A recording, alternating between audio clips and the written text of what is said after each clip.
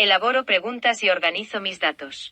Aprendizaje esperado. Emplea cuestionarios para obtener información y reconoce la diferencia entre preguntas cerradas y abiertas. Énfasis. Distingue entre preguntas cerradas y abiertas. Organiza gráficas o tablas simples de frecuencia. ¿Qué vamos a aprender? Aprenderás a emplear y distinguir entre preguntas cerradas y abiertas. También aprenderemos a organizar tablas o gráficas simples de frecuencia.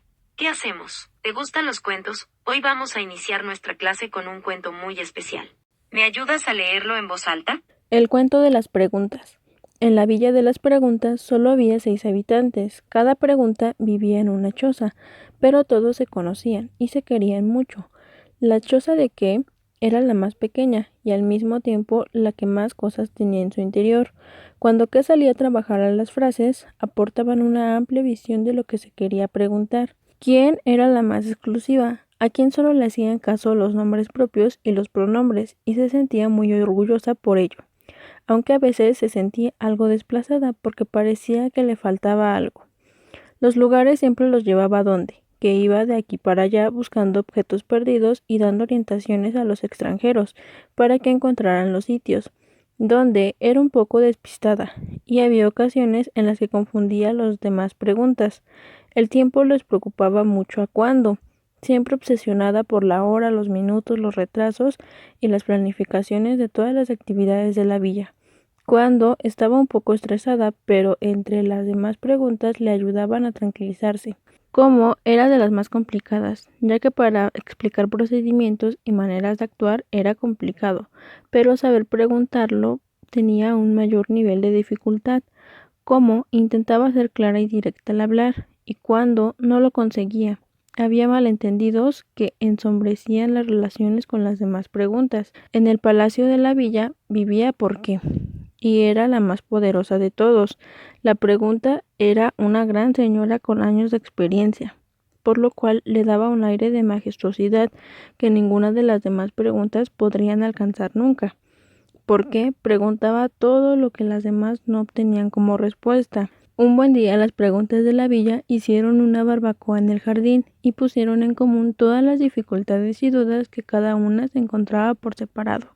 Entre todas escucharon y ayudaron a sentirse mejor y menos solas, y como vieron que el sentimiento de soledad era algo bastante arraigado, decidieron irse una vez a la semana a convivir al palacio de ¿Por qué?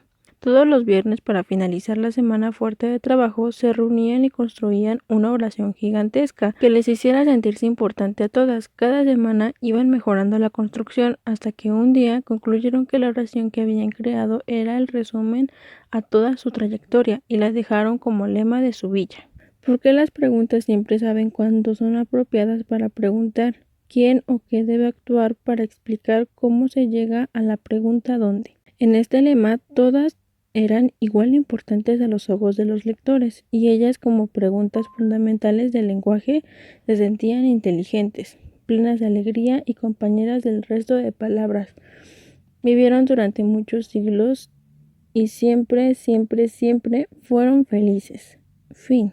Si recuerdas, en la lección anterior aprendimos que las encuestas consisten en una serie de preguntas diseñadas a partir de un tema elegido, y que al realizarla a un grupo determinado de personas podemos conocer sus preferencias en común, así como la opinión mayoritaria. Recordemos que el propósito de nuestra práctica social del lenguaje es elaborar el reporte de una encuesta en el que incluyamos tablas y gráficas para después difundir a nuestra comunidad los resultados obtenidos. La parte más importante de nuestra encuesta son las preguntas. Como lo mencionamos ayer, al diseñar el cuestionario de una encuesta se pueden elaborar preguntas con 2 tipos de respuestas, abiertas y cerradas. Para identificar las características de las preguntas con respuestas abiertas y cerradas vamos a analizar entre todas las preguntas que aparecen en la página 129 del libro de texto. Trata de un tema que nos interesa a todos. ¿Cuál es tu opinión sobre la biblioteca de los libros del aula? ¿Cómo eliges los libros que llevas a domicilio en préstamo? ¿Qué tipos de textos son los que prefieres leer? Ahora que leímos todas las preguntas vamos a identificar las diferencias entre ambos tipos de preguntas. Las preguntas abiertas, también llamadas preguntas libres, son un tipo de pregunta que permite obtener detalles más profundos en las respuestas de los encuestados y hasta sus opiniones. Las preguntas con respuestas abiertas, las respuestas que se pueden recopilar contienen información más detallada y descriptiva, esto a diferencia de las preguntas cerradas, que arrojan respuestas estrechas y limitadas. Las características que mencionamos son las principales para diferenciar las preguntas con respuestas cerradas a las preguntas con respuestas abiertas. Para aprender mejor sobre las características que compartimos, así como las características que tienen en común, realizaremos un cuadro comparativo en donde colocaremos en cada casilla una palomita si cumple con esa característica o un tache si no la cumple. Como puedes ver en el cuadro comparativo, los únicos puntos donde coinciden las características de ambos tipos de preguntas son que se pueden incluir al realizar nuestra encuesta y algo muy importante es el uso de los signos de interrogación. También dentro de las características que identificamos, para realizar un buen análisis de los resultados obtenidos de las preguntas de la encuesta, es recomendable integrar una mayor cantidad de preguntas con respuestas cerradas, ya que los datos obtenidos son limitados. ¿Habrá alguna otra manera de interpretar los datos que obtuvimos al realizar una encuesta? La primera consideración es tomar una pregunta con respuestas cerradas y observar con atención los datos obtenidos. Con esto considerado, vamos a realizar una tabla de frecuencia.